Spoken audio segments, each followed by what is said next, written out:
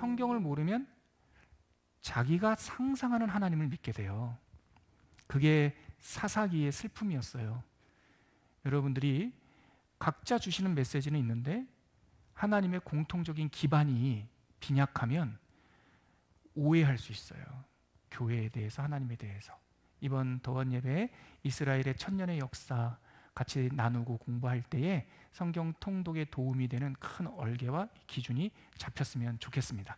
우리 먼저 오늘 지난 금요일부터 사사기 읽게 됐죠? 사사기 본문, 핵심 본문 읽고 계속 이어가도록 하겠습니다. 오늘 읽을 것은 사사기 2장 1절로 5절입니다.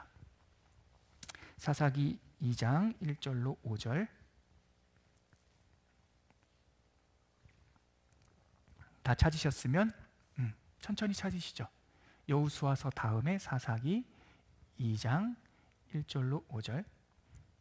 찾으셨으면 우리 한 목소리로 읽겠습니다. 시작.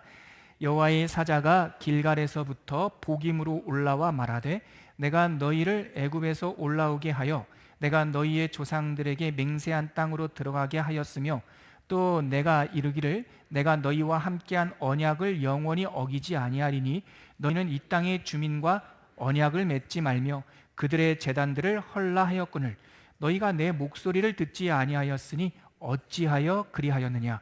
그러므로 내가 또 말하기를 내가 그들을 너희 앞에서 쫓아내지 아니하리니 그들이 너희 옆구리에 가시가 될 것이며 그들의 신들이 너희에게 올무가 되리라 하였노라.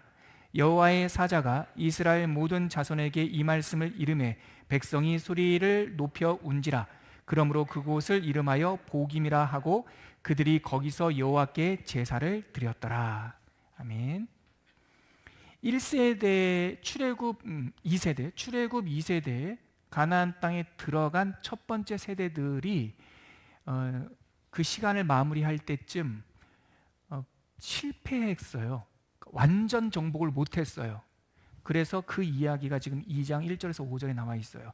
여호와의 사자가 길갈에서부터 한 지역으로 사람들을 모이라 했어요. 그래서 그곳에서 말하기를 내가 너희들을 출애굽했는데 그 세상의 땅에서 너희를 자유의 백성으로 자유케 했고 이 땅을 기업으로 줬는데 너희들은 왜 내 말을 듣지 않냐. 그 말씀이죠. 그들의 제단을 헐라. 그 땅 백성들하고 언약을 맺지 말라. 즉 다른 말로 타협하면서 살지 마라. 우리의 길이 있다. 그들의 신을 섬기지 말라 하였거늘 2절 후반부에 보니까 너희가 내 목소리를 듣지 아니하였으니 어찌하여 그리하였느냐. 어찌하여 그리하였느냐. 사사기의 시작은 하나님의 목소리가 들리지 않는 거예요. 말씀의 기근이에요. 그리고 너희들이 좋다 특히 그 땅의 신 바알과 아세라 신을 섬겼는데 바알과 아세라는 가나안 땅의 토착신으로서 풍요의 신이었어요. 물질 준다, 배부르게 한다, 농사 풍년들게 한다라고 하는 그 신을 섬겼었는데 그것이 너희들이 좋다 하고 섬겼지 사실 그것이 이제는 너희들의 옆구리에 가시가 될 거다. 옴짝달싹 못하게 할 거다. 이게 종교의 특징이라고 그랬죠. 처음에는 그럴싸한 이거 하면은 이거 줄게 라고 하지만 그것을 따라가면 그것이 나를 부자유하게 만든단 말이죠. 그랬더니 여호와의 사자가 4절에 볼까요? 여호와의 사자가 이스라엘 모든 자손에게 이 말씀을 이르매 백성이 소리를 높여 운지라. 그 땅이 사실은 그냥 공터였어요. 이름 없는 땅이었는데 거기서 백성들이 큰일 났다. 우리가 뒷방에서 꿍꿍이 한 거 하나님이 다 아신다.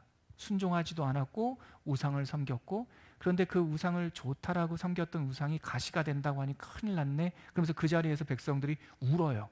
그래서 그 땅, 그 공터의 이름을 보김이라고 불렀어요. 5절에 보니까 그러므로 그곳을 이름하여 보김. 근데 보김이라는 히브리어의 뜻이 뭐냐면 우는 사람, 우는 사람 그 뜻이에요. 그래서 길갈 슬픔이 굴러갔어요. 이스라엘 백성이 요단강을 건너서 길갈 어떤 한 그 해변가에 쫙 모여서 거기서 정복하던 초창기 정복 전쟁의 본부였는데 그 땅의 이름은 길갈. 애굽의 수치가 부끄러움이 굴러갔다.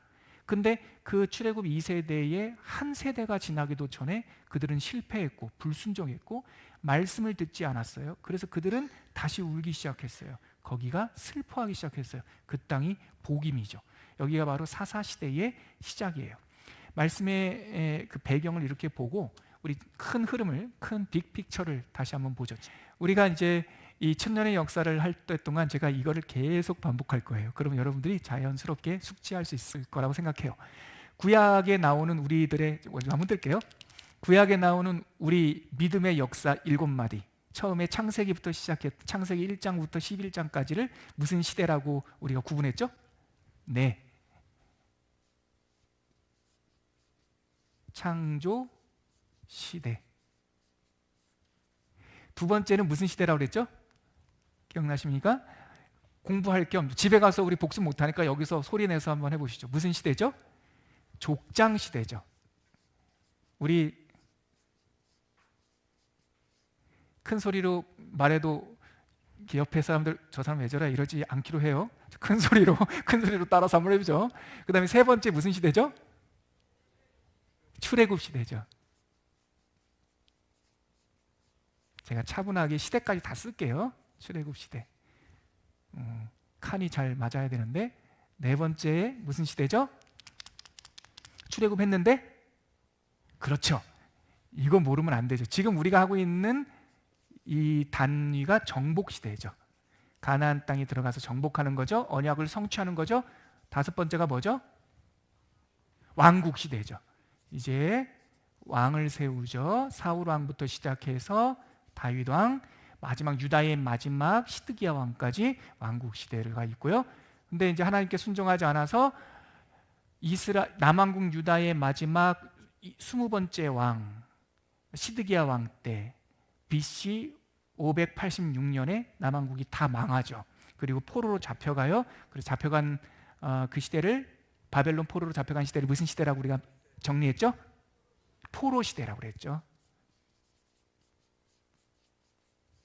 그리고 마지막 7번째 포로로 돌아가서 예레미야 선지자가 예언했죠. 70년 정도가 지나면 다시 돌아올 것이다. 그래서 귀환했죠.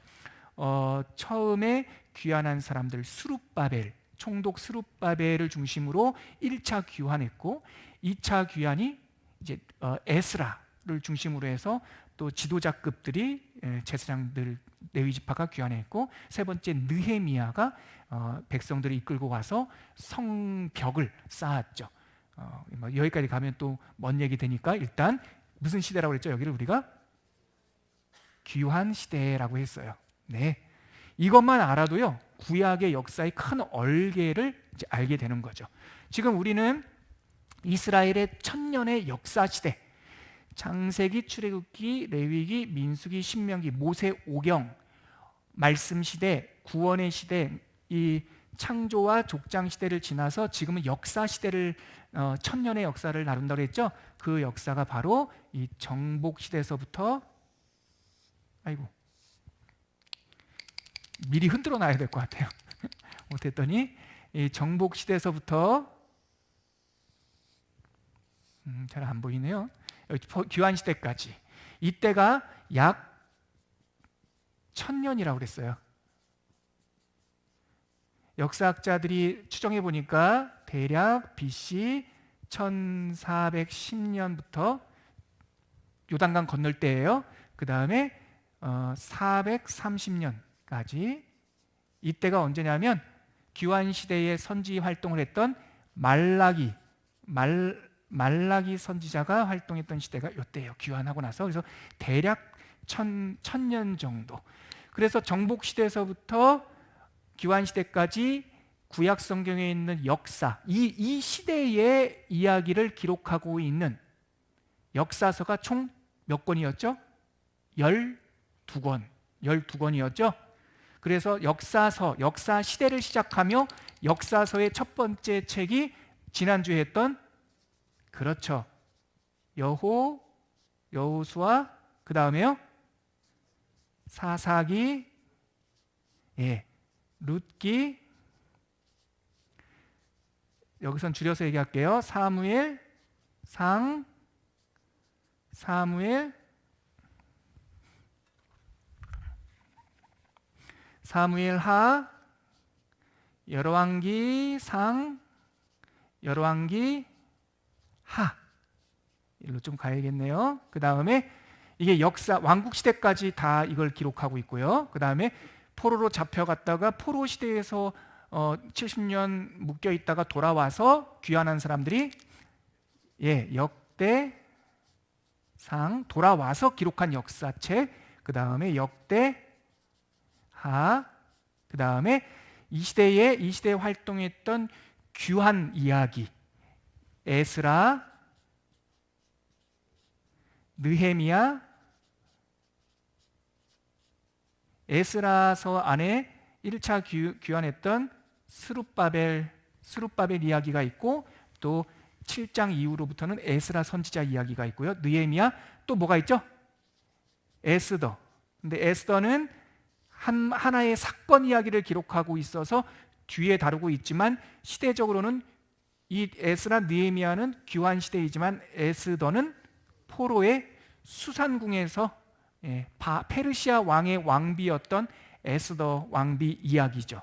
그래서 이렇게 흘러져서 보면 여호수아, 사사기, 룻기, 사무엘상, 사무엘하, 열왕기상, 열왕기하, 역대상, 역대하, 에스라, 느헤미야, 에스더까지 해서 총 12권.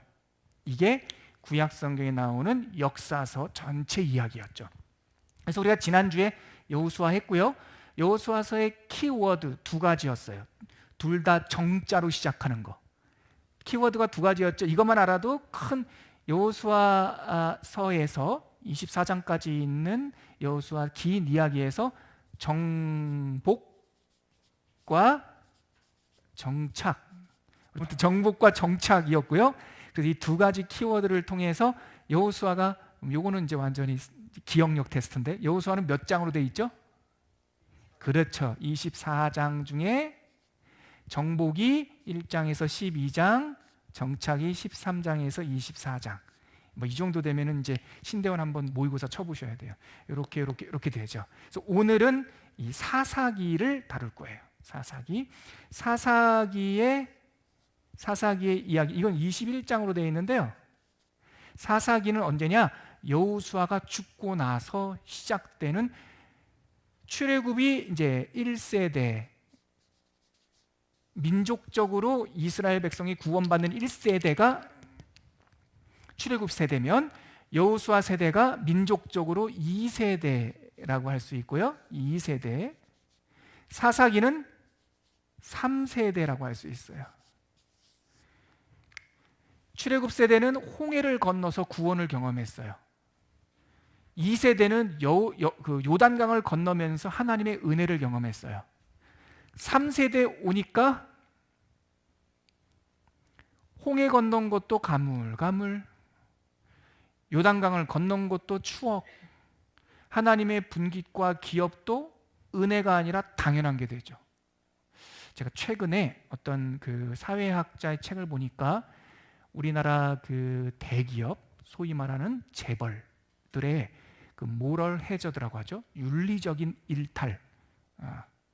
왜 이런 우리나라 안에 있는 그 문화 자체도 좀 독특하긴 하지만 대기업의 윤리적인 일탈들이 있나 했을 때, 어떤 사회학자들은 3세대 증후군 같은 거라고 그래요.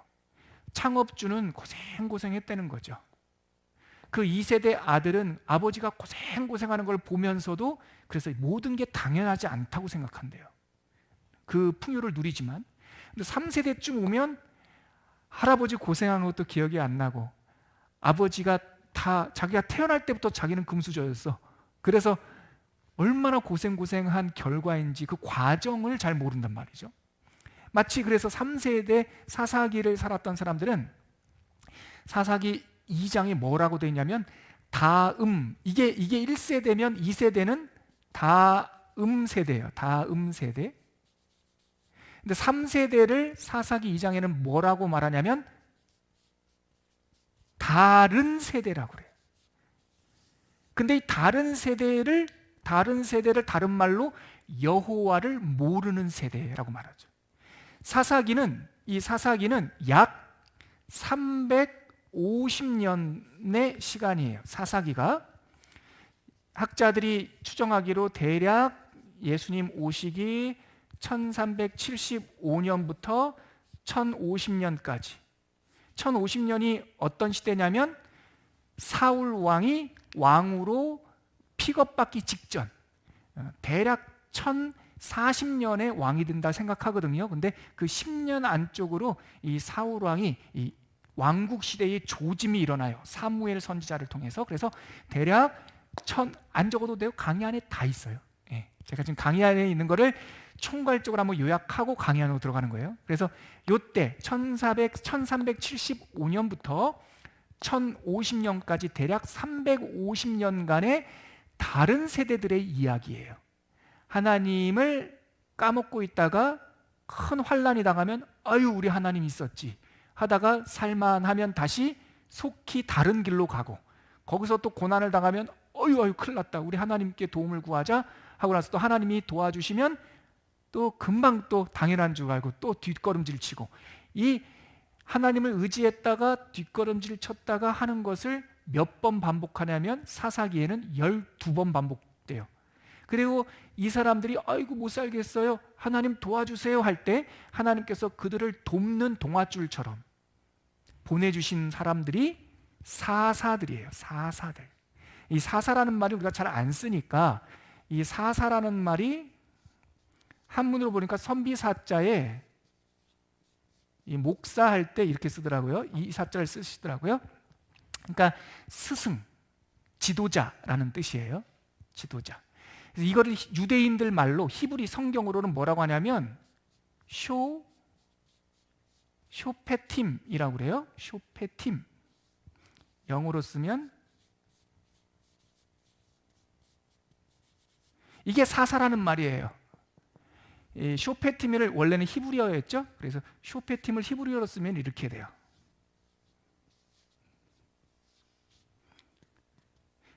이게 거꾸로 읽어요. 쇼페팀. 이것이 뭐냐면 지도자, 판관. 룻기에 보면 보아스가 공터에 앉아가지고 판결하자, 누구에게 권한이 있는지 판결하자, 하나님의 뜻에 맞는지 판결하자 할 때 쇼페팀이라는 뜻이에요. 그래서 사사기의 원래 뜻이 뭐냐면 우리의 지도자들, 쇼페팀, 하나님께서 보내주신 선생님들, 이 뜻이죠. 근데 그 선생님들이 처음에는 잘하다가 나중에는 선생님들도 막 갈짓자를 걸어요. 그런 이야기들이 사사기에 나와 있죠. 그래서 3세대 이야기입니다. 오늘 우리 성경으로 다시 한번 가볼까요? 아까 얘기했던 사사기 시작, 어떻게 시작하나? 사사기 1장 한번 가보세요. 성경. 자, 사사기 1장 1절 읽겠습니다. 시작. 여호수아가 죽은 후에 이스라엘 자손이 여호와께 여쭈어 이르되 우리 가운데 누가 먼저 올라가서 가나안 족속과 싸우리이까? 사사기의 시작은 어떻게 시작합니까? 여호수아가 죽은 후에. 여러분 혹시 기억나세요? 여호수아서가 어떻게 시작하는지 기억나세요? 하나님의 종 모세가 죽은 후에예요. 그러니까 모세 세대가 끝난 다음에 여호수아 세대가 등장했고, 여호수아서가 끝난 다음에 이 사사 시대가 시작이 되는 거죠. 하나님께서 올라가서 정복해라 그랬는데 정복을 완전히 못해요. 이게 사사 시대예요. 정복 실패예요. 그래서 19절에 한번 보시겠습니까? 19절에 이제 자매님들 한번 큰 목소리로 우리 사사기 1장 19절 시작. 여호와께서 유다와 함께 계셨으므로 그가 산지 주민을 쫓아내었으나 골짜기의 주민들은 철병거가 있으므로 그들을 쫓아내지 못하였으며, 못 쫓아냈다는 거죠. 왜냐하면 이때가 뭐냐면 후기, 일반 역사로 보면 후기 청동기 시대에서 철기 시대로 넘어가는 그 시점이에요.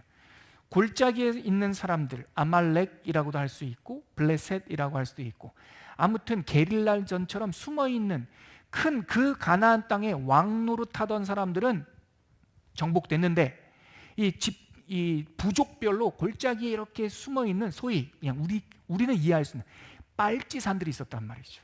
이 조그만한 지파들이 철병거로 무장해가지고 안 나간다고 버텼어요. 그랬더니 그쯤에서 적당히 했어요. 적당히.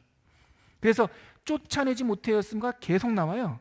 쫓아내지 못하였으며 21절에 보니까 베냐민 자손은 여부수 족속을 쫓아내지 못하였으며 계속 나와요. 28절에 보니까 노역을 씌셨고 다 쫓아내지 아니하였더라. 31절에 보니까 쫓아내지 못하였으며 30절에도 쫓아내지 못하였으므로 쫓아내지 못해요. 그러니까 정복을 다 실패한 거죠. 그리고 나서 이 세대가 다음 세대가 다 할아버지가 된 거예요. 적당히 야 이만하면 됐다. 그랬을 때 우리가 읽었던 2장 1절 하나님께서 야 모여봐. 왜 니네들 대충 살아? 내가 적당히 타협하지 말라고 했지. 쫓아내라고 했지. 근데 너희들 왜 적당하게만 순종하나? 너희들이 적당하게 순종하고 뒷방에다가 은근슬쩍 숨겨놓은 그 바알신 아세라신 있지? 그 땅의 우상들 하나만 섬기는 것보다 여호와만 섬기는 것보다 여호와와 바알 두 개를 다 섬기면 둘 중에 하나만 맞아도 수지 맞는구나 하고 뒤에 숨겨놓은 거 있지? 그것이 너희들에게 유익이 되지 못하고 가시가 될 거야. 그 얘기가 오늘 우리가 같이 읽었던 본문인 거죠. 그랬더니 백성들이 막 울었어요. 자 보십시오. 그 다음에 8절 전에 6절부터 보면 전에 여호수아가 백성을 보내매. 그러니까 이거 뭐냐면 여호수아가 죽기 직전 사사 시대가 시작할 때 그쯤이에요. 자 8절에 보세요. 여호와의 종 눈의 아들 여호수아가 110세에 죽음에. 여러분 이거 참 감동적이라고 그랬죠. 여호수아 24장에도 이 말이 나와요. 여호수아 시대를 시작할 때 여호수아를 꾸미는 말은 모세의 시종 여호수아였어요. 근데 모세가 사명을 다 마치고 나니까 8절에 뭐라고 말합니까? 여호와의 종 여호수아라고 그러죠. 참 이런 삶을 살았으면 좋겠습니다. 우린 처음에는 부족하고 처음에는 어린아이와 같지만 사명을 다 산 이후에는 여호와의 종. 참 저 사람은 하나님의 종이었어. 저 교회는 하나님께 접붙여진 교회였어. 그런 정말 열매를 거두었으면 좋겠어요. 여호수아가 죽었어요. 그리고 났더니 10절 보시겠습니까? 이제는 우리 형제님 자매님 다 같이 한번 읽어볼게요. 10절 2장 10절 시작. 그 세대의 사람도 다 그 조상들에게 갔고 그 후에 일어난 다른 세대는 여호와를 알지 못하며 여호와께서 이스라엘을 위하여 행하신 일도 알지 못하였더라. 여러분 10절이 사사시대의 배경이 되는 거예요. 그 세대 사람들이 누구냐면 2세대 다음 세대를 말하는 거예요. 그 세대 사람도 다 그들의 조상 1세대 모세와 그의 후손들이 갔던 하나님 천국으로 다 갔고, 그래서 그 후에 일어난 무슨 세대라고 말합니까? 다른 세대가 일어났대요. 다음 세대가 아니라 다른 세대. 근데 이 세대를 뭐라고 묘사합니까? 여호와를 알지 못하는 세대. 여호와의 역사, 구원의 역사도 모르는 세대. 이게 교회 교육, 신앙 교육의 시금석이에요. 우리는 신앙 교육을 어떻게 시키면 하나님께서 기뻐하실까요? 그럼 그 아이들을 우리가 가정에서나 교회에서 신앙 교육을 시킨다 할 때 목표가 뭘까요? 1번, 하나님을 알게 하라. 2번, 하나님의 역사를 알게 하라라는 거예요. 하나님을 알아도 하나님이 저 멀리에 계시고 우리와 상관없으면 그분은 우리가 필요할 때만 만나는 종교적 대상이 되는 거예요. 그러나 하나님의 역사는 우리가 간 것이 아니라 하나님이 우리들의 인생에 들어온 것이 역사예요. 그의 이야기예요. 신앙교육의 핵심은 하나님을 실존으로 알고 하나님이 우리 인생에 관여하신다라고 하는 것을, 그 역사를 알게 하는 것. 다른 세대는 그걸 몰랐어요. 하나님을 몰랐어요. 그래서 12절 보시겠어요? 11절, 12절 두 절 볼까요? 11절, 12절 같이 읽을까요? 시작. 이스라엘 자손이 여호와의 목전에 악을 행하여 바알들을 섬기며, 읽어보십시오. 여호와의 목전에 악을 행했대요. 바알들을 섬겼대요. 자, 12절 시작. 애굽 땅에서 그들을 인도하여 내신 그들의 조상들의 하나님 여호와를, 여기 밑줄이요. 바알신을 섬기는 것은 여호와를 버리는 행동이에요. 하나님을 버렸어요. 하나님께 순종하지 못하니까 하나님을 버려요. 믿음에 파산한 거예요. 그리고 나서 다른 신들, 곧 그들의 주위에 있는 백성들의 신들을 따라 그들에게 절하며 여호와를 진노하시게 하였으되. 이것이 사사시대의 배경, 현실이었어요. 이렇게 순종 정복 실패, 하나님을 버린다. 이것이 제가 자꾸 왔다 갔다 해서 미안해요. 사사기가 21장으로 되어 있는데 화면 잘 보이시죠? 21장을 이렇게 볼 때 21장 1장 이렇게 볼 때 지금 우리가 같이 살펴본 사사기 1장과 2장이 뭐냐면 서론이에요. 서론. 사사기 전체를 제가 지금 보여드리는 거예요. 순종을 실패했고 하나님을 버렸다. 이것이 서론이고요. 사사기 그래서 무슨 일이, 이 다른 세대 사이 350년 동안 무슨 일이 일어났을까요? 350년 동안 무슨 일이 일어났을까요? 3장부터 여기가 16장까지, 여기 3장부터 16장까지 있었던 좌충우돌의 이야기가 사사기의 본론이에요. 본론. 이때 아까 쇼페팀 지도자들을 몇 명을 세워주셨다고요? 12명. 그렇죠. 하여튼 뭐 성경에서 숫자 물어보면 7, 12, 두 개만 찍으면 거의 확률 절반 이상이니까 12명을 세워주셨어요. 그래서 이 사람들이 하나님을 배반했다가, 그리고 하나님께 부르짖으니 그들을 구원하셨다가, 배반했다가 구원했다가, 배반했다가 구원했다가, 이게 12번 반복돼요. 그래서 사사기의 본론의 키워드는 뭐냐면 배신과 구원이에요. 우리는 늘 하나님을 배반하나 하나님께서는 우리를 불쌍히 여기셔서 다시 붙잡아 주시고, 그리고 17장부터 21장까지는 부록이에요. 부록. 다른 말로는 결론이라고 할 수 있어요. 이러한 배 아프고 피부도 안 좋아지고 피도 나고 하는 이러한 증상들의 원인이 뭐냐? 우리 엑스레이 한번 찍어보자. 어디가 망가졌는지. 이 부록은 사사시대를 엑스레이로 빵 찍은 거예요. 그랬더니 대표적인 망가진 두 가지가 나와요. 그래서 부록의 17장에서 21장에는 두 가지 사건을 딱 얘기해줘요.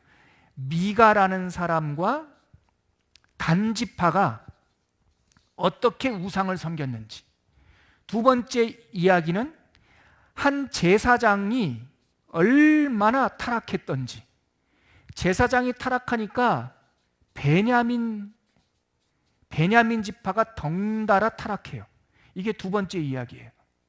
둘 다 키워드는 이 두 가지의 타락의 핵심에 누가 있냐면 제사장이 있어요. 미가와 단지파 사이에서도 싸움의 빌미가 됐던 것이 고용된 사설 제사장, 한 집안의 고용된 제사장, 청년 젊은 제사장 이야기가 나오고, 베냐민 지파가 멸족당하는 이스라엘 12지파 가운데 자기들끼리 싸우다가 베냐민 지파가 다 죽을 뻔해요.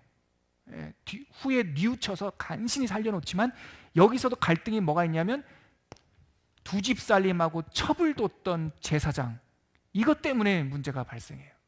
이게 엑스레이예요. 엑스레이. 어디서부터 타락했는지. 이게 사사시대의 큰 흐름이에요. 사기는 21장으로 되어 있습니다. 크게 서론, 본론, 결론으로 나눌 수 있는데, 서론은 1장과 2장에서 1장 완전 정복 실패, 하나님께 순종 실패. 그랬더니 2장 우리가 하나님을 붙들지 않으니까 나는 어떻게 돼요? 끈떨어져요. 하나님과 멀어져요. 하나님을 버리게 돼요.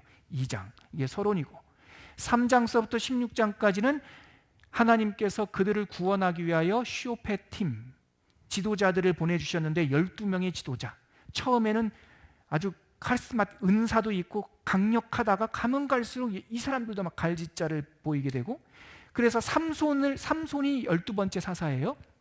끝난 다음에 후반부는 여러분들이 350년 동안 그렇게 갈팡질팡했던 게 무슨 이유에서인지 아세요? 하면서 그 시대에 있었던 두 가지 에피소드를 얘기해 주는데, 이 두 가지 에피소드는 삼손 시대, 다시 말해서 350년의 후반부가 아니라 이 두 가지 에피소드는 온니엘 때, 첫 번째 사사가 등장할 때 있었던 일이에요.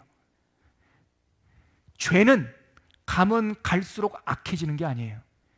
죄는 에덴 동산에서부터 악했어요. 죄는 한 걸음 내딛으면 나중에 소도둑되는 게 아니라 처음부터 죄는 완전한 실패인 거예요. 가면 갈수록 감춰져 있던 죄가 드러날 뿐이죠. 그러니까 죄는, 악은 성경이 뭐라고 말합니까? 그 모양이라도 버리라 그러시는 거예요. 이 뒤에 있었던 두 가지는 삼손 이후의 이야기가 아니라 첫 번째 사사 온니엘 때 있었던 일이에요. 이것이 바로 사사기의 전반적인 주제입니다. 우리 강의 안으로 한번 가볼까요? 이제 거의 다 들었어요. 하나만 더 확인하고요. 그럼 룻은요? 룻. 바로 이 사사 시대 한가운데 살았던 보아스와 모압 여자, 이방 여자 룻이라는 여자가 있었는데, 제사장이 타락하고 백성들이 하나님을 버릴 때 이방 민족 룻이라는 여인이 베들레헴 땅에서 하나님을 잘 섬겼더라. 그래서 이 중간쯤이에요. 그래서 4대가 지났더니 이 룻이라고 하는 여자를 통해서 누가 태어났습니까? 다윗이 태어났더라. 이 흐름이 뭐냐? 지표면은 역사는 각박한 사막과 같은데, 그 사막 밑에, 역사 밑에 하나님의 헤세드, 하나님의 인자가 마르지 않고 흐르고 있더라라는 거예요. 그래서 룻은 사사시대에 있었던 일이에요. 슬픈 이야기 안에 있었던 하나님의 은혜. 여러분, 요즘에 척박하다고 그러죠. 힘들다고 그러죠. 예, 힘든 거는 사실이죠. 근데 우리는 우리 눈에 비록 증거가 희미하게 보일지라도 저는 지금 이 시대도 하나님의 은혜, 헤세드가 흐르고 있다라고 저는 믿습니다. 그러면 그 물줄기를 사모하면서 갈급해야 돼요. 그러면 어느 날 기다렸더니 어느 날 은혜의 샘이 탁 터지는 거죠. 그러면 말랐던 여인의 태에서 상속자가 나오고, 모든 것이 파산했던 나오미의 집안이 베들레헴의 장자권을 회복하게 되는 거죠. 보아스의 처가 됐다고 하는 것은 단순히 그냥 먹고 살고 생존을 유지했다는 뜻이 아니라 그 시대의 센터, 장자권, 상속권이 회복됐다는 뜻이거든요. 자, 그게 룻기의 이야기였습니다. 이제는 진짜로 강의 안으로 가보시죠. 자, 여러분 첫 번째 페이지 한번 보시겠습니까? 이 표, 목차 잘 보시면 알 수 있어요. 자, 그 다음에 두 번째 페이지 12명의 사사들, 사사기 서론을 우리 유민자매가 큰 목소리로 한번 읽어주시면 제가 칠판을 좀 지울게요. 읽어주시길 바랍니다. 땅 분배를 마친 이스라엘은 각 지파의 수령들이 분배받은 지역을 통할하는 부족 영맹체와 같은 모습이었다. 사사기는 여호수아 사후부터 사울이 이스라엘의 초대 왕이 되기까지 약 350년간의 부족 연맹체 형태의 기간에 있었던 일을 기록하고 있다. 거기서 부족 연맹체라고 하는 말에 밑줄을 치시면 좋아요. 그러니까 왕이 없었어요. 부족들 12지파들이 하나님 중심으로 연합되어 있었던 거예요. 부족 연맹체라고 하는 것은 중앙 집권되어 있지 않고 각 지파들의 리더들이 이렇게 들쑥들쑥 나왔다는 얘기죠. 계속 읽어주세요. 여호수아의 전쟁은 그 땅에서 왕노릇을 하던 거대 악을 제거하는 전쟁이었다. 하지만 거대 악이 제거되었다고 완전한 평화가 찾아온 것은 아니었다. 먼저 그 땅에 살던 이방 족속들이 곳곳에 남아 있었고, 모압, 암몬, 블레셋 같은 가나안 땅 주변 국가들이 호시탐탐 기회를 엿보고 있었다. 여기 보세요, 여러분. 역사 이야기 속에서 영적인 원리를 깨달으셔야 돼요. 여호수아 세대가 싸움했던 것은 전선이 두 종류가 있어요. 하나는 그 땅 안에 내재되어 있는 원수들이 있어요. 호시탐탐 기회를 엿보는. 그리고 이 가나안 땅 바깥에 이미 크게 이기고 온 이방 민족들, 모압, 암몬, 미디안, 블레셋, 그리고 오래된 원수 아말렉까지. 그러니까 성도의 영적 건강에는 두 가지를 잘 보셔야 돼요. 내 안에 내재된 도전이 있습니다. 내부적 도전 뿐만 아니라 외부적 도전도 있습니다. 지난 금요일 날 사실은 영상으로 안 나갔지만 우리 초원교회 금요기도회 때 좀 어려운 설교를 했어요. 화살기도. 화살기도라는 게 필요하죠. 그것은 우리를 공격하려고 하는 외부 세력에 대한 초점 타격이거든요. 이런 게 있어요, 여러분. 어느 것 하나도 방심했다가는 교회 우리 이렇게 하다가는 시대의 큰 파도에 부상을 입을 수 있고요. 바깥에만 보다가는 이 안에서 뭐가 문제가 생긴지 몰라요. 깨어서 정신을 바짝 차리고 대장부처럼 허리를 동이고 깨어 기도하고 준비하셔야 돼요. 여호수아가 거대 악을 제거했어요. 팍팍. 그러나 여러 가지 위험들은 도사리고 있었다. 그게 사사기의 배경이다라는 거예요. 그 다음 계속 읽어볼까요? 그 땅은 본래 하나님이 아브라함과 그 자손에게 준 땅이다. 가나안 땅은 아브라함 후손이 민족을 이루기 전까지 여러 부족들이 거주하고 떠나기를 반복했는데 성경은 시간이 흐르면서 그 땅에 죄악이 가득 차고 말았다고 진단한다. 약속의 땅, 하나님을 향한 첫 예배가 드려진 땅을 회복할 때가 된 것이다. 되게 중요합니다. 어떤 사람들이 이런 질문을 해요. 목사님 아니 역사적으로 보면 그 땅을 점령한 사람들이 이스라엘 사람들 아닙니까? 어떻게 점령자가 정착했던 사람들을 내쫓습니까? 아니 그렇게 역사를 따진다면 더 근원을 더 오리진으로 가야죠. 그 땅을 창세기 12장에 하나님께서 내가 너에게 준다라고 말씀하셨어요. 그리고 그 땅에 갔을 때 왕노릇하던 사람들이 없었어요. 그곳에서 첫 번째 예배를 드렸던 곳이에요. 그런데 민족을 이루지 않았어요. 아브라함 혼자였다고요. 유목민. 그래서 시간을 통과하면서 하나님께서 그 백성들을 준비하실 때 바깥에 있던 사람들이 거기서 왕노릇한 거예요.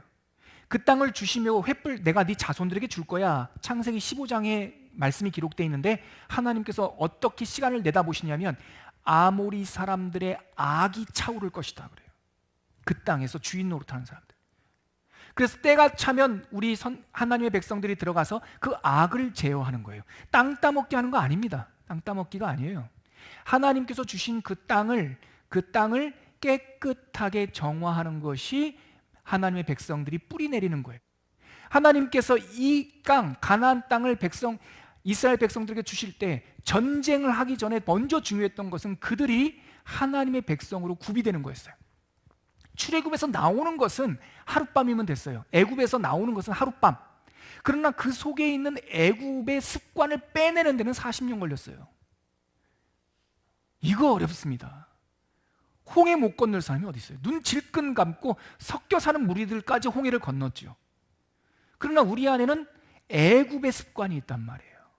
이 습관들을 빼내고 여호수아 세대로 준비될 때, 그래서 보여주지 않아도 믿음으로 요단강을 밟을 때 요단강이 갈라지는 역사를 경험하면서 그 땅에 존재하는 거죠. 그 땅에 존재하면 그 땅이 치유받는 거예요. 이것이 바로 여호수아 정복 전쟁의 의미예요. 하나님의 사람으로 존재하는 것, 첫 예배를 드려졌던 그곳을 회복하는 것. 자, 네 번째 마디 읽어주세요. 이스라엘이 가나안에 입성하는 것은 그 땅을 치유하는 과정이었다. 하여 하나님은 그 땅을 정복하고 회복하고 명령했지만 오히려 이스라엘은 그 땅의 문화와 종교에 동화되고 말았다. 그러게요. 그 땅을 치유하라고 하셨는데 들어가서 병들었어. 그 다음 문장 같이 한번 읽어볼까요? 이것이 시작. 이것이 사사기의 비극이다. 변화시키지 않으면 변화되고 만다. 이런 고비마다 지도자를 보내주셨는데 그들이 사사들, 쇼페팀들이다. 여러분, 슬쩍 지나갔지만 이 문장이 조금 무게가 있습니다. 우리가 변화시키지 않으면 변화됩니다. 세상의 영향을 받습니다. 우리가 결사의 각오로 이 마지막 시대, 코로나 시대, 교회의 큰 위기 속에서 우리가 목숨을 거는 결사의 각오로 초원교회가 변화되지 않으면 변화되지 않으면 우리의 옛 습관이 우리를 붙잡게 되는 거예요. 하나님의 믿음대로 우리가 결단하여 홍해를 건너지 않으면 애굽 왕의 법이 우리를 지배하는 거예요. 그러니까 우리는 연약하나, 우리는 부족하나 어떻게 하든지 하나님의 뜻을 쫓아 하나님의 법을 따라 하나님의 식을 이루며 우리가 살기로 결단하면서 한 걸음에 조급하게 나갈 수는 없지만 천천히 하나씩 하는 거죠. 힘들어도 피곤해도 방향은 바로 딱 잡으셔야 돼요. 느려도 주님을 위하는 방향을 잡으셔야 돼요. 그리고 한 걸음 한 걸음 가는 거예요. 여러분, 방향을 잡으세요. 방향을 잡고 그곳에서 뭔가 대단한 것을 하려지 말고 그곳에서 하루하루 하나님과 한 걸음 한 걸음 나아가세요. 그러면 처음에는 더디어 보이지만 결국은 은혜를 이루게 될 줄 믿습니다. 하나님은 틀림없어요. 하나님의 약속은 부도수표가 없습니다. 때가 되면 이루리라. 선을 행하다 낙심하지 말지니 때가 이르면 뭐하리라? 이루리라. 이것이 사사기가 우리들에게 주는 이 일상의 영성이죠. 그들은 그걸 실패했어요. 계속 널뛰기를 했죠. 그 다음에 나와 있는 내용들이 사사 12명에 대한 흐름인데요. 좀 이따 다시 한번 보고요. 자, 불안정한 동거 1장 2장 제가 설명해 드렸던 내용입니다. 제 1-1장 실패하는 이스라엘, 등장인물은 하나님, 유다 지파 갈렙, 온니엘, 베냐민 지파, 요셉 지파, 또 게릴라전을 펼치는 가나안 족속들이 있었고요. 요단강 동편에서 있었던 일입니다. 여호수아가 죽은 후에부터 한번 읽어주세요. 여호수아가 죽은 후에로 시작하는 사사기는 땅을 분배받은 각 지파들이 계속 저항하는 이방 족속들을 완전히 쫓아내지 못하는 완전 정복 실패의 기록을 나열하고 있다. 이런 실패의 역사는 정복 전쟁뿐만 아니라 여호와 중심 신앙에서도 드러난다. 1장 이후 사사기를 아우르는 두 가지 인상적인 구절이 반복되는데 같이 읽을게요. 그 부분은 시작. 이스라엘 자손이 여호와의 목전에서 악을 행하여. 계속 그게 반복돼요. 그 다음에요. 라는 구절과 결론부에 같이 읽을게요. 시작.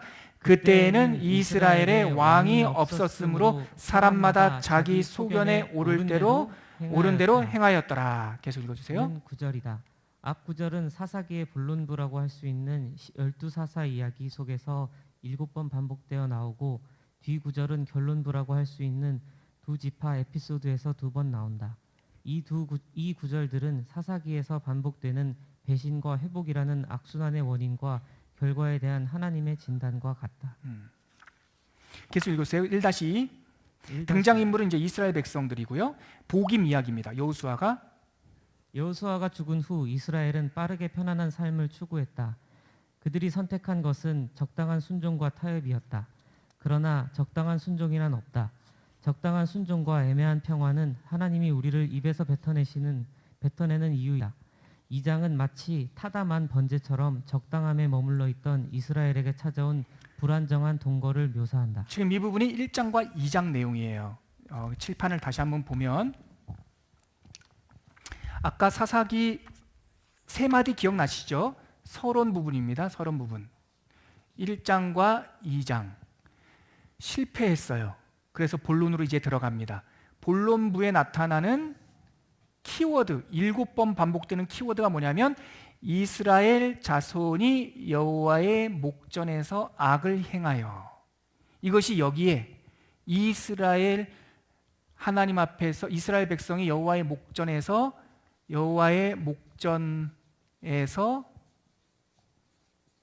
악을 행하여. 이게 여기서 계속 반복돼요.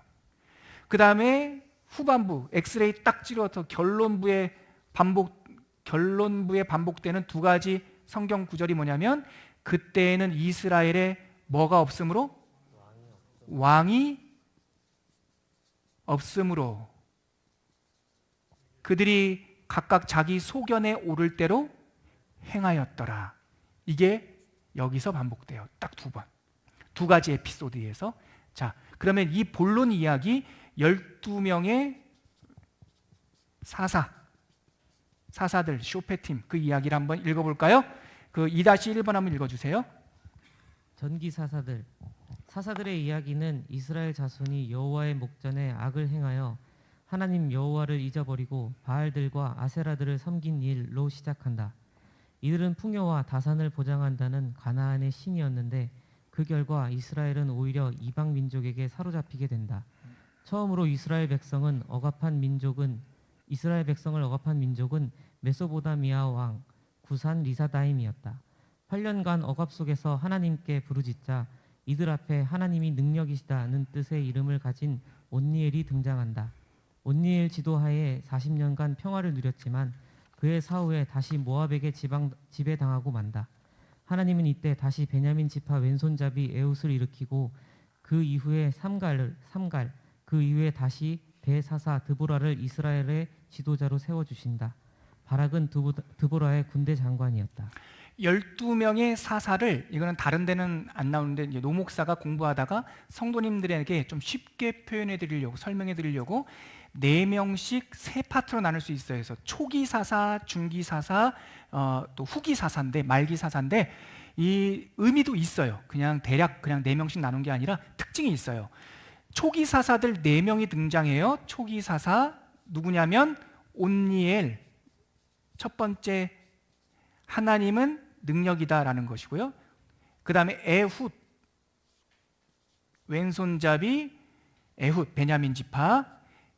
삼갈, 이 사람은 짧게 2절인가 나오는데 소모는 막대기로 블레셋 사람들을 징벌했다. 그 다음에 드보라.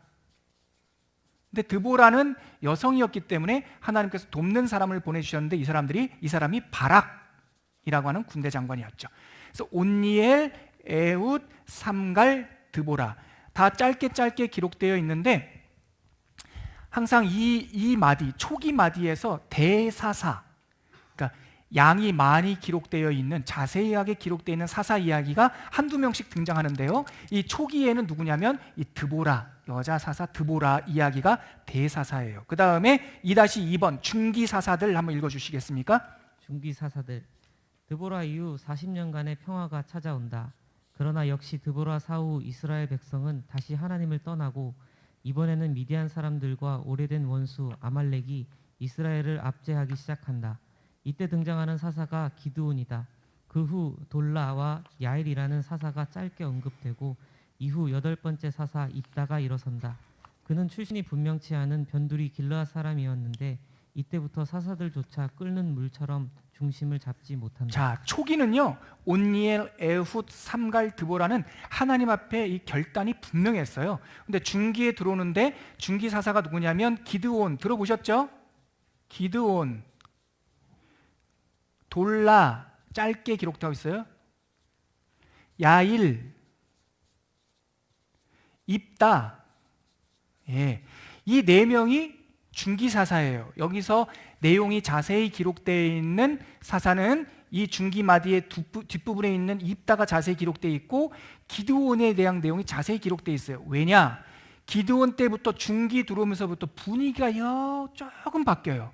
여기서는 충성되는데 기드온한테 아들이 한 명 있었어요. 이 아들의 이름이 뭐냐? 아비멜렉이에요. 사사 시대의 키워드가 뭐냐면 왕이 없으므로. 근데 실제는 왕이 있었어요, 없었어요? 있었죠. 그 왕은 하나님이죠. 근데 자기를 왕으로 삼았던 거예요, 사람들이.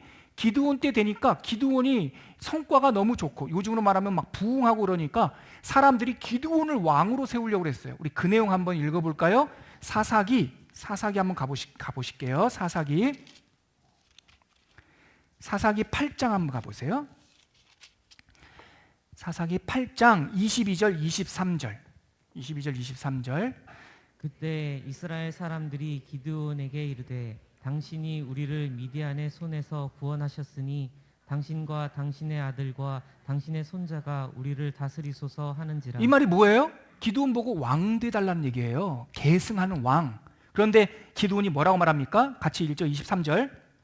기드온이 그들에게 이르되 내가 너희를 다스리지 아니하겠고 나의 아들도 너희를 다스리지 아니할 것이요 여호와께서 너희를 다스리시리라 하니라. 봐요. 사람들이 이제는 왕을 세워달라고 사람을 의지하겠다고 하니까 기드온은 직관적으로 알았어요. 은혜를 입은 자거든요. 아니요, 나는 안 다스릴 거예요. 내 아들도 내 손자도 안 다스릴 거예요. 하나님이 여러분들의 왕이에요. 그랬다고요. 근데 기드온이 생을 마쳤는데, 기드온이 세겜에서 얻은 셋째, 넷째 부인 중에 아들이 있는데 그 아들의 이름이 아비멜렉이에요. 그런데 기드온이 붙여준 것 같지는 않아요. 자기 스스로 혹은 그 세겜, 자기 고향 사람들이 불러준 이름 같아요. 왜냐하면 아비멜렉이라는 뜻이 뭐냐? 영어로 쓰면 아비멜렉라는 건데, 히브리어로 보면 이걸 좀 보셔야 돼요. 여기가 이렇게 돼요. 아비라는 게 father, 아빠, 아버지, 멜렉라는 말이 왕이에요. 그래서 아비멜렉이라는 이름이 어떻게 번역할 수 있냐면 내 아버지, 내 아버지는 왕이다. 이렇게도 해석할 수 있고요. 왕은 바로 나다. 내가 왕이다. 왕 중에 아비다. 이렇게도 해석할 수 있어요. 그러니까 이름에서부터 불순종의 향기가 나요. 하나님이 왕이다라고 했는데 기드온의 첩에게서부터 나온 그 세겜 사람, 그 아들의 이름이 아비멜렉이고 이 사람이 스스로 왕이 돼요. 세겜의 왕. 그러면서 여기서부터 희한하게 이 리더부터 시작해가지고 이상하게 돼요. 그래서 입다 이야기가 뭐냐면 이 사람은 길르앗 소생이에요. 므낫셋, 길르앗 소생. 이 사람도 미움받았다가 산적질하다가 사사가 돼요. 그래가지고 전쟁의 성과는 거두지만 성급하게 막 서원하고, 그래서 자기 딸을 막 인신공양, 전쟁에 이기기만 해주면 내가 내 딸 바칠게요. 이러다가 진짜로 덜컹 이기니까 어떻게 해요? 딸을 바쳐야지. 그래가지고 막 심란해 했는데 에브라임 지파가 와가지고 야, 왜 니네 전쟁에 안 끼워줬냐? 니네들 입다, 네가 출신이 조금 안 좋더만 우리 무시하냐? 우리 장자 분길이 있는 지파인데 하다가 민족전쟁이 한 번 더 일어나요. 이때 처음에 베냐민 지파 온니엘 시대 때 민족전쟁 한번 일어났었죠. 뒷부분에 있는데 이때 그래가지고 에브라임 지파가요 죽을 뻔해요. 동족도 죽이고 딸도 죽이고 이런, 이게 뭐 하자는 건가? 여기서부터 기드온 이후서부터는 이 사사들이 희한해져요. 예. 계속 읽죠. 세 번째 파트, 후기 사자들. 예, 읽어주세요. 후기 사사들. 선인일까 악인일까? 하나님은 이방 왕 고레스도 쓰시고 휘어진 막대기를 통해서도 바른 선을 그을 수 있다. 하지만 입다의 행적은 씁쓸한 마음을 남긴다. 귀괴한 입다의 이야기가 끝난 후 이스라엘은 다시 하나님을 떠나고 반복해서 이방 사람의 억압에 시달린다. 이때 이름도 생소한 입산, 엘론, 압돈 등 세 명의 사사가 등장하는데 성경은 그들의 행적을 자세히 기록하고 있지는 않다. 무명의 세 명의 사사 시대가 지난 후 사사기에 기록된 마지막 사사가 등장하는데 그 이름도 유명한 삼손이다. 삼손은 많은 상처들로 둘러싸인 사람이다. 그의 인생을 올가매고 있던 상처의 원인이 무엇인지 성경은 기록하고 있지 않지만 이 치유받지 못한 상처는 끝까지 그의 길에 발목을 잡는다. 삼손과 들릴라 이야기는 하나님의 사람이 사명의 길에서 이탈할 때 역사의 성취 뒤편에서 얼마나 쓸쓸한 인생을 마무리하는지 역설적으로 보여준다. 네, 입다 이후에 이 기괴한 막 딸도 바치고 막 민족 간의 전쟁도 일어나고 이 기괴한 이야기가 끝난 다음에 후기 사사 이야기가 시작되는데 입산, 엘론, 이거 동그라미 치면 안 되는데 이거 없다고 치고요. 입산, 엘론, 압돈 짧게 기록한 다음에 12번째 하나, 둘, 셋, 넷, 다섯, 여섯, 일곱, 여덟, 아홉, 열, 열하나 12번째 사사가 내용이 좀 많이 기록되어 있는 삼손이에요. 그런데 삼손 이야기 읽기 시작하면 처음에는 재미있게 읽지만 드라마처럼 읽지만 이것을 통해서 하나님의 메시지가 뭔가 생각하면 묵상해 보면 하나님께서 삼손처럼 살라는 얘기일까? 삼손처럼 살면 안 된다는 얘기일까? 이런 질문을 던지게 되죠. 우리가 성경을 읽다가 결론은 뭐냐면 삼손처럼 살았어야 쓰겠냐? 그때 얘기예요. 은사도 주고 사명도 주고 출생의 신비도 있고 불임의 가정, 만화의 가정 속에서 하나님께서 은혜로 아들을 주셨는데 이 아들이 하는 게 막 들끓는 냄비처럼 막 여기서도 저기서도 계속 사고를 치고 다니는 거예요. 결국은 이 사고치는 삼손을 통해서도 하나님의 뜻과 구원을 이루었지만 결국 삼손의 마지막은 어땠냔 말이죠. 그 블레셋 사람들과 함께 다곤 신당에서 그 무너지는 성전 기둥에 깔려서 자기도 죽어요. 뜻은 이루지만 그 뜻 이루는 사이 속에서 쓸쓸한 삼손의 후반부를 보게 되는 거죠. 사사기의 허무예요. 저는 예전에 목사가 되고 나서 이 설교 했어요. 삼손 설교. 본문이 찾아와서 제 설교 원고를 정리하기 전까지 제 숙제가 그거였어요. 하나님, 삼손처럼 살아요? 삼손처럼 살지 마요. 결론은 아까도 말씀드렸듯이 사명자는 이렇게 살면 안 된다는 얘기예요. 이렇게 살면 안 된다는 거예요. 성과 중심, 결과 중심이 아니에요. 어디서 상처를 받은지 모르겠어요. 삼손 컴플렉스란 말이요, 심리학 교과서에 있어요. 큰 성공을 이룬 다음에 마음이 허전하니까 기생 찾아가요. 건물을 짓고 나고, 이거를 삼손 컴플렉스라고 하기도 하고 심리학에서는 다른 용어로는 슈퍼노바 신드롬이라고 그래요. 슈퍼노바 신드롬, 삼손 컴플렉스. 큰 일을 이루고 나서 허망한 일에 실족해서 넘어져. 큰 프로젝트 이루고 나서 교회를 부흥시키고 뭐 저기 동경에서도 그렇고 어느 교회에서도 그렇고 막 큰 종들이 말도 안 되는 거에 쓰러져요. 이게 이 얘기예요, 이 얘기예요. 이렇게 살면 안 된다. 중심을 잡아야 돼요.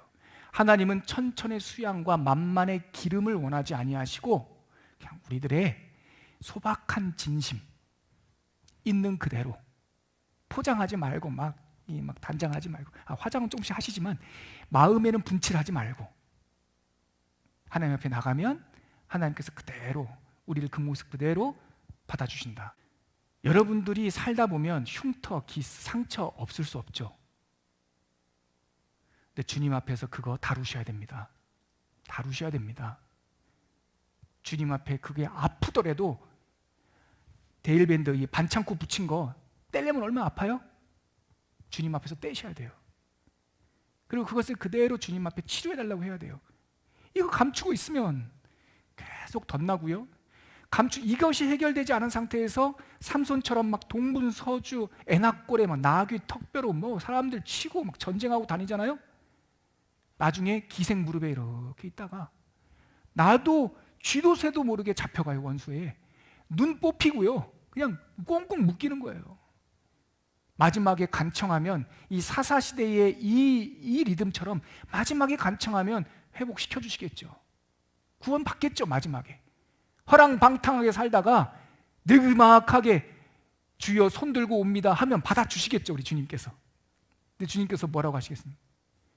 야, 내가 너에게 준 그 은혜를 가지고 그 기적과 그 신비를 가지고 그렇게 살 수밖에 없었냐? 라고 말씀하시지 않으실까요? 삼손 이야기가 끝으로 17장서부터 두 가지 에피소드가 나와요. 참혹한 이야기입니다. 강의 안 읽어보세요. 제가 시간이 다 돼서 요약을 할게요. 첫 번째가 뭐냐면 17장, 18장에 나오는 이야기가 미가라고 하는 사람의 이야기예요. 어머니가 좀 부자였나 봐요. 미가가 은을 훔쳤어요. 돈을 훔쳤어요. 근데 훔치러 갔다가 갑자기 나 이러면 안 되지. 엄마를 이렇게 속삭이면 안 되지 하고 그 훔친 돈을 갖다 줬어요. 그랬더니 엄마가 막 감동해가지고 야, 네가 반성하고 왔냐? 좋다, 좋다. 여기까진 좋아. 여기까진 괜찮아. 근데 무지하니까, 하나님을 모르니까 엄마가 돈을 가지고 열심을 가지고 사랑을 가지고 한 게 뭐냐면 아들을 위해서 우상 은신상을 만들어준 거예요. 모르면 잘못 인도할 수 있어요, 여러분. 그 은을 가지고 은신상 만들어주고 에봇 만들어줬어요. 이것이 부적처럼 너를 보호해 줄 거다. 그리고 쫙 보니까 하나 아쉬운 게 있네. 신상도 있고 에봇도 있는데 제사장이 없네. 우연히 가다가 어린 제사장 하나를 만나게 된 거예요. 당신 레위 지파 같은데 어디 가시오? 나 사실 저기 예루살렘 베들레헴 그 근처에 있던 레위 지파인데 사람들이 나는 분깃이 없잖아요. 먹을 걸 좀 줘야 되는데 안 줘요. 그냥 제가 고향으로 가려고요. 그랬더니 미가가 말합니다. 일로 와보세요. 월급 드릴게. 우리 연봉 협상 좀 합시다. 그래가지고 연봉 협상을 했어요. 먹을 거 주고 돈도 주고 옷도 2벌씩 주고 그래가지고 이 제사장이 하나님을 섬기는 것이 아니라 미가를 섬기게 되었네. 그래가지고 사설 고용된 제사장이 된 거예요. 월급쟁이 제사장이 된 거예요. 여기까지 좋다고 치자고요. 근데 악이 더 남아있죠. 그때 미가가 신상을 섬기고 있을 때 단지파가 있었어요. 단지파가 원래 제비뽑기에서 어디를 받았냐면 유다와 에브라임 사이. 근데 유다도 큰 민족, 에브라임도 큰 민족, 그 사이에 껴가지고 못 살겠다 해가지고 단지파가 땅이 안 좋으니까 우리 하나님께서 주신 땅 말고 내가 한번 구해보자 하고 부동산 어디가 좋나 구해보러 가다가 미간의 집에 들렸더니 미간은 한 패밀리인데 거기에 금신상이 있고 에봇이 있네. 이 지파가 탐이 난 거예요. 그래가지고 야, 너 뭔데? 그랬더니 저는 미가 선생님 소속 제사장인데요. 야, 그런 게 어디 있어? 한 패밀리의 제사장 될래? 우리 지파의 제사장 될래? 하고 동의도 묻지 않고 그냥 잡아서 갔네요. 제사장 가니까 은신상도 따라가고 에봇도 따라갔어요. 미가가 놀래가지고 들어와 보니까 제사장도 없어지고 수호신이 없어졌잖아요. 막 쫓아간 거예요. 누가 우리를 걸 가져왔나 봤더니 힘센 형이 차를 저 사람 내가 잡아야지 하고 막 쫓아갔어. 차 문을 열고 딱 나오는데 단지파가 이만한 단지파가 나오는 거예요. 왜? 아니요, 그냥이요. 하고 미가가 돌아갔어요. 그리고 나서 그때서부터 단지파가 은신상을 숭배해요. 보실래요? 성경 18절 후반부에 나오겠네요. 18절. 예, 18절 후반부 30절과 31절. 네, 18장 30절 31절 같이 읽어볼게요. 어떤 일이 있었는지 시작. 단 자손이 자기들을 위하여 그 새긴 신상을 세웠고 모세의 손자요 게르솜의 아들인 요나단과 그의 자손들은 단 지파의 제사장이 되어 그 땅 백성이 사로잡히는 날까지 이르렀더라. 31절. 하나님의 집이 실로에 있을 동안에 미가가 만든 바 새긴 신상이 단 자손에게 있었더라. 이 구절 보세요. 하나님의 집 성막이 실로에 있을 동안, 즉 다윗 왕이 솔로몬 때에 이르러 성전을 짓기 전까지 역사 시대, 정착 시대 전체를 단지파는 은신상 숭배하고 살았어요. 그들의 신상이 있었다고요. 이 이야기가 언제 있었다고요? 온니엘 때. 어느 지파라고요? 단지파. 단지파에서 누가 나옵니까? 삼손이 나와요. 삼손이 여기서 첫 단추를 잘못 끼면 오래된 것이 이렇게 결론을 맺어요. 그리고 단지파는 다윗 왕 시대 이후로 fade out, 싹 사라져요. 요한계시록에 보면 12지파 이름이 나오는데 단지파가 있다 없다? 없다. 사라진 지파가 돼버려요. 이 지파가. 두 번째 에피소드 19장 보세요. 이스라엘의 19장 1절. 이스라엘의 왕이 없을 그때에 에브라임 산지 구석에 거류하는 어떤 레위 사람이 유다 베들레헴에서 첩을 맞이했어요. 근데 이 첩이 또 바람났네. 그래가지고 자기 고향으로 돌아갔어요. 그랬더니 이 제사장이 이 첩을 데리고 와야지, 바람난 첩 데리고 와야지 해서 그 장인 댁에 갔다가 달래고 해서 데려오던 길에 해가 저물었어요. 그래서 베냐민 지파 땅 기부아라고 하는 마을에 들어가 잤는데 거기서 막 동성애자들이 사람들을 막 해코지하는 이 폭력배들이 이 깡패들이 밤에 와가지고 이 제사장 첩을 달라고 그러는 거예요. 낯선 여자 우리에게 취향이다 그럼 달라고 내줬어. 밤새도록 유린하다가 새벽에 데려다 줬는데 이 여인이 바깥에서 이 제사장이 발 뻗고 자 안에서 지 부인이 그렇게 농락을 당하는데 열어주시오 했는데 문을 열어주는 사람이 없어요. 그래서 그 여인이 그 바깥에서 죽었어요. 그 다음이 더 끔찍해. 제사장이 아침에 일어나 보니까 죽어있네. 뉘우쳐야 되는데 성경 어디에도 없는 짓을 해요. 그 시신을 해해요. 나누어요. 그리고 지파에 보내요. 그리고 살짝 거짓말을 해요. 자기는 아무 죄가 없었고 근데 이 기부한 사람들이 내 부인을 뺏어갔다고. 그랬더니 거짓말에 속아서 11지파가 군사를 이끌고 와가지고 그 기부아가 어디에 속한 어느 지파 소속이었냐면 베냐민 지파였어요. 그래서 베냐민 지파하고 이 시대잖아요. 이 시대 입다가 에브라임 지파랑 싸우기 전에 먼저 이때 베냐민 지파랑 한번 싸워요. 그래가지고 베냐민 지파 남자들을 거의 전멸을 시켜버려요. 그때서야 11지파가 정신을 차린 거예요. 큰일 났다, 큰일 났다. 우리 형제 12형제 중에 한 명 막내와 같은 베냐민 지파가 없어지게 생겼다. 쟤네들이 죄를 지었으니까 우리가 어떻게 할 수는 없고 몰래 보쌈하듯이 베냐민 여자에게 시집가 가지고 그 가문을 잇게 하자. 그래서 그 지파가 간신히 명맥을 유지해요. 그 베냐민 지파에서 나온 왕이 누군지 아십니까? 사람이 사울이에요. 단 지파에서 나온 리더가 삼손, 베냐민 지파에서 나온 사람 후에 사울, 그리고 전쟁 두 번째 민족 간의 전쟁에 시비 걸었던 이 지파 있죠. 어느 지파예요? 에브라임. 에브라임은 숨어 있다가 기회만 내면 야, 왜 나 안 껴줬어? 그러면서 맨날 시비 걸고 다녀. 기드온 때도 시비 걸었어요. 기드온 때도 전쟁에 나갔을 때 숨어 있다가 이기고 돌아오니까 칼 패고 나와가지고 지친 이스라엘 백성들한테 왜 우리 안 데리고 갔어? 일로 와봐. 그런데 기드온이 성격이 유했어요. 그래가지고 미안해. 내가 그때 편지를 안 보냈나? 중간에 미안해. 알았어. 우리보다 니네가 훨씬 훌륭하잖아. 좀 화 풀어. 이땐 이랬거든요. 자기 버릇 남 못 줘요. 여기 와서 또 그래. 또 왜 싸우러 나갈 때 우리 또 칼 들고 오는데 얘는 입다는 성격이 기드온 같지가 않아요. 불이에요, 불. 거기다가 산적질하던 사람이잖아요. 자기 딸까지 죽었어. 정상일 수 없지. 안 그래도 기분 안 좋은데 에브라임 뭐라는 거야, 쟤네들 지금. 야, 칼 빼. 그래가지고 에브라임을요 쳤어요. 요단강 나루터에서 어떻게 구분해? 생긴 게 똑같은데 말해봐. 쉽볼레 해봐. 에브라임은 시볼레 이러거든요. 사투리 쓰네? 죽인 거예요. 끔찍한 일을 범했어요. 제가 드리고 싶은 말씀은 그 에브라임 계속 시비 걸고 딴질고 하던 에브라임에서 누가 나올까요? 나중에 남북 왕국을 나누어 가는 여로보암이 나와요. 여로보암 때 르호보암이랑 남북을 쫙 나눠버려요. 사사기를 통해서 뭘 할 수 있습니까? 작은 씨앗, 작은 죄, 여러분 그거 하나님 앞에 철저히 다루셔야 됩니다. 하나님은 회복시킬 수 있어요. 그러나 그 끈질긴 죄의 오염과 습관이 이게 어렵더라 그거예요. 이렇게 사사기를 읽다 보면 샬롬이 없어. 그 버릇이, 그 습관이 오래가고 지난 것 같지만 삼손이 나오고 지난 것 같지만 또 사울이 나오고 지난 것 같지만 또 여로보암이 나와서 나라를 반 나눠버리고 사람으로서는 할 수 없는 끈질긴 죄의 유혹이 있어요. 근데 여러분 이 말씀 기억하시죠? 부자가 천국 들어가는 게 얼마나 어려울까? 낙타가 바늘기 들어가는 것만큼 어렵다. 그 말은 불가능하다는 얘기잖아요. 그 말씀하시고 나서 예수님께서 하신 말씀이 뭡니까? 사람으로서는 할 수 없으되 하나님은 하실 수 있느니라. 인간의 역사로는 저 사슬을 끊어버리기가 어려워요. 이 습관을.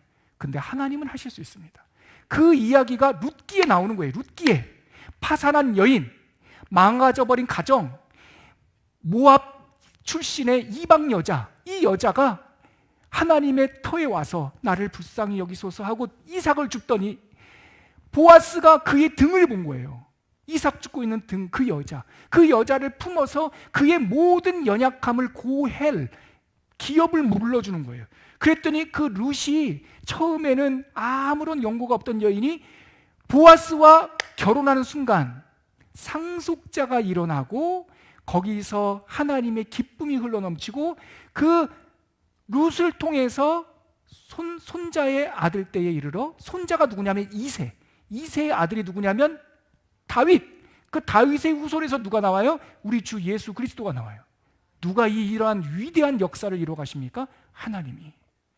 사람의 역사로는 할 수가 없어요. 이 역사 이면에 흐르는 하나님의 헤세드의 흐름을 보셔야 돼요. 사랑하는 성도 여러분, 헤세드가 우리들의 인생의 샘물처럼 솟아나기를 바랍니다. 오래 기다리십시오. 인내하십시오. 낙심하지 마십시오. 견디십시오. 하나님을 신뢰하면서 오래 참고 견디십시오. 그러면 어느 날 하나님께서 하늘에서 기적처럼 임하여 우리들에게 헤세드, 룻기의 회복을 허락하여 주실 줄 믿습니다. 이게 바로 사사기와 룻기 이야기의 큰 줄거리였어요. 우리 같이 기도할까요? 같이 기도하실 때 사사기 맨날 묵상해봤자 슬퍼. 근데 그게 현실이죠. 현실을 냉정하게 안 보면 뜬구름 잡게 되죠. 근데 사사기에서 끝내면 안 됩니다. 항상 룻기랑 연결해서 읽어야 됩니다. 우리는 늘 부족하고 배반하나 하나님은 우리들을 사랑하시고 우리를 소생시켜 주신다. 베드로와 요한이 성전 문 앞에서 했던 말, 은과 금은 내게 없거니와 내게 있는 것으로 너에게 주노니 곧 나사렛 예수의 이름으로 일어나 걸으라. 룻기의 메시지입니다. 예수의 이름을 붙잡고 그의 사랑 붙잡고 벌떡 일어나는 인생이 되게 해달라고 한번 결단하면서 기도하겠습니다. 기도합니다. 하나님 아버지, 오늘 이야기를 통해서 사람들이 머리를 맞대고 써내려가는 이야기가 결국은 사사시대입니다.